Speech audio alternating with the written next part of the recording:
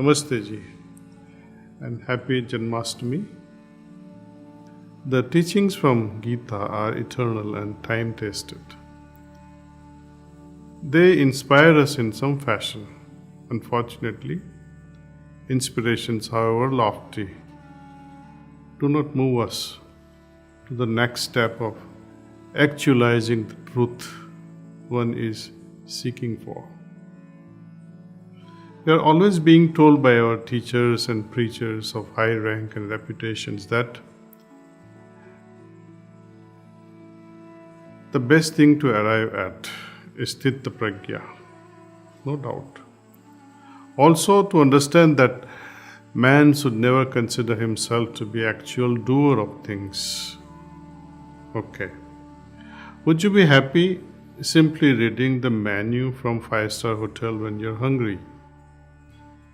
We read witnessing bhava or sthita prajna state or a balanced state or all those lofty states. How are we to arrive at them?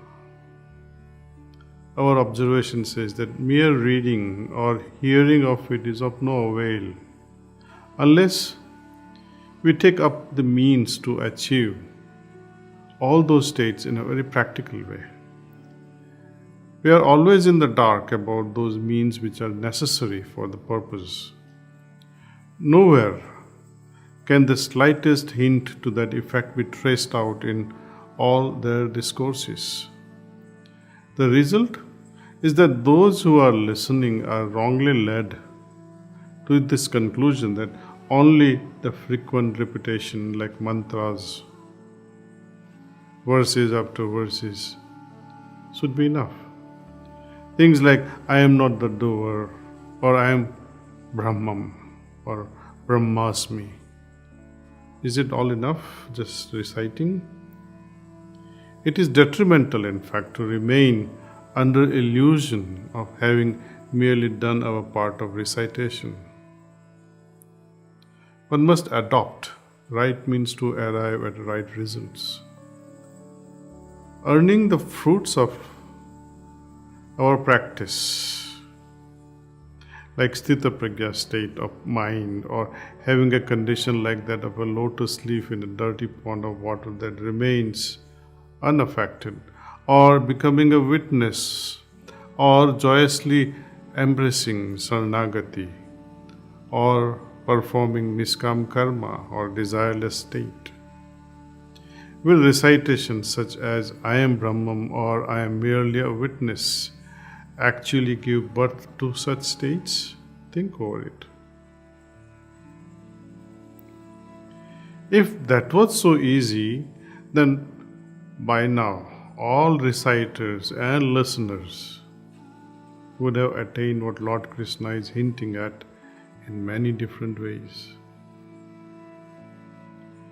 I would like to share with you all a great revelation, a mercy of my beloved Master, Pujya Sri Babuji Maharaj. Please pay close attention.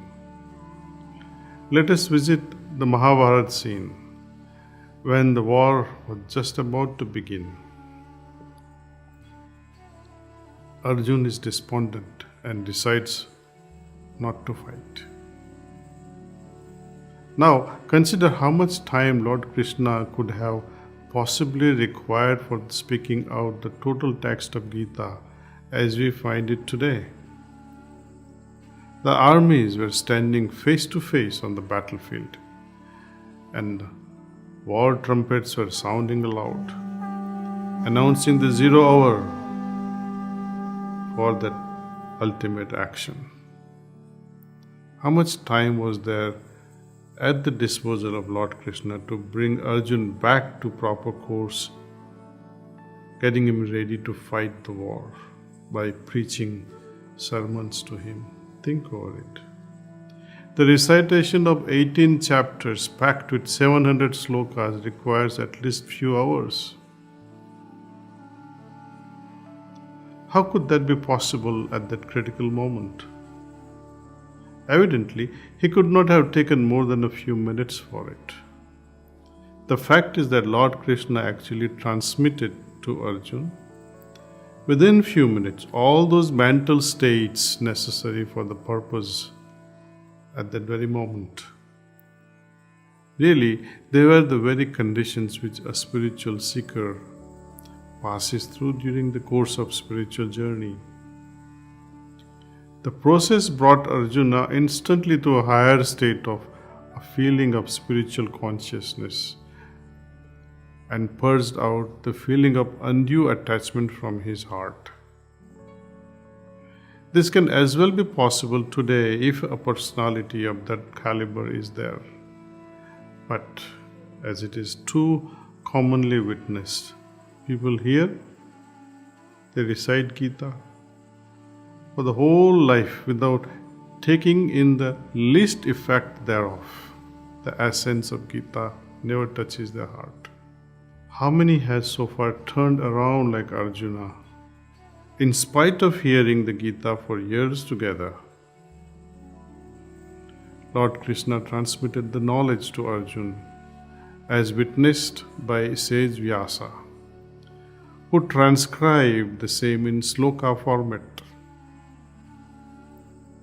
This is important to understand, that whatever transpired between Lord Krishna and Arjuna, unspoken words which were transmitted, they were transcribed in shloka format later on by sage Vyasa. This heart-to-heart transmission from the heart of the Lord to Arjuna was witnessed by sage Vyasa, who carefully transcribed those emotions and conditions in shlokas that became what we read today as Gita. The actually recited verses were only 7. These 7 gems were imparted to Arjuna through 7 verses. The rest were added by many sages over the passage of time, besides what sage Vyasa transcribed, the heart-to-heart conversation that was between Lord and Arjuna. Heart-to-heart dialogue was also no less important, perhaps more important than those 7 verbal communicated verses.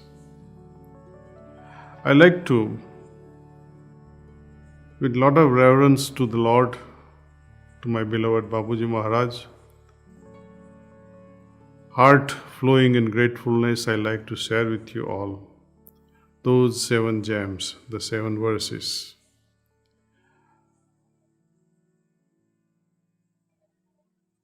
One of them is from chapter number 2, verses 55. That says, Prajahati yada kaman sarvan parth manogatan atmani eva atmana tushta sthita pragya tada uchyate. O Parth, one who, having renounced all desires born of the mind, one who is content in the self and by the self, is said to be one whose insight is steady, sthita pragya. Chapter 2, verse 62.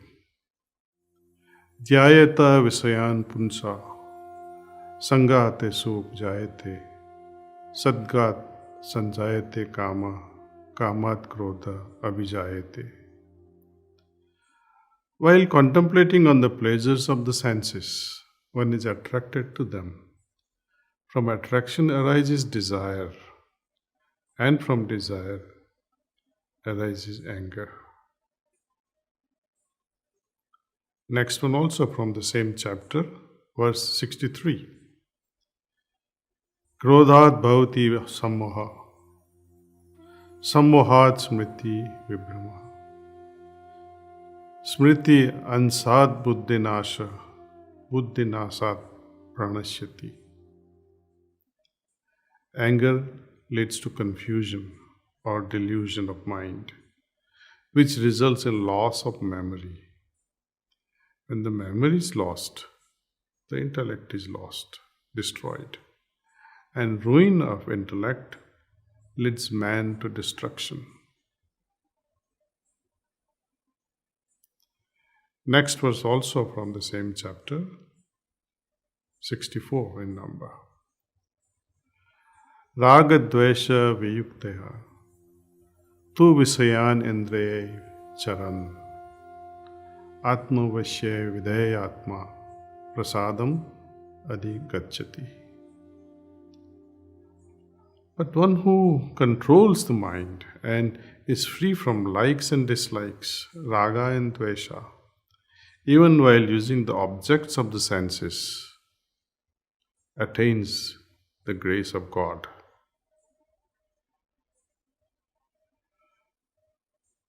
Same chapter number 2, shloka 66.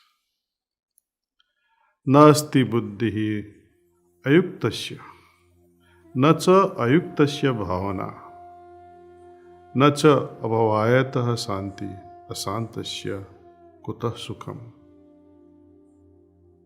There is no wisdom for a man without harmony, and without harmony there is no contemplation. Without contemplation there cannot be peace. How can there be happiness for one lacking peace of mind? Chapter number 3, verse 35.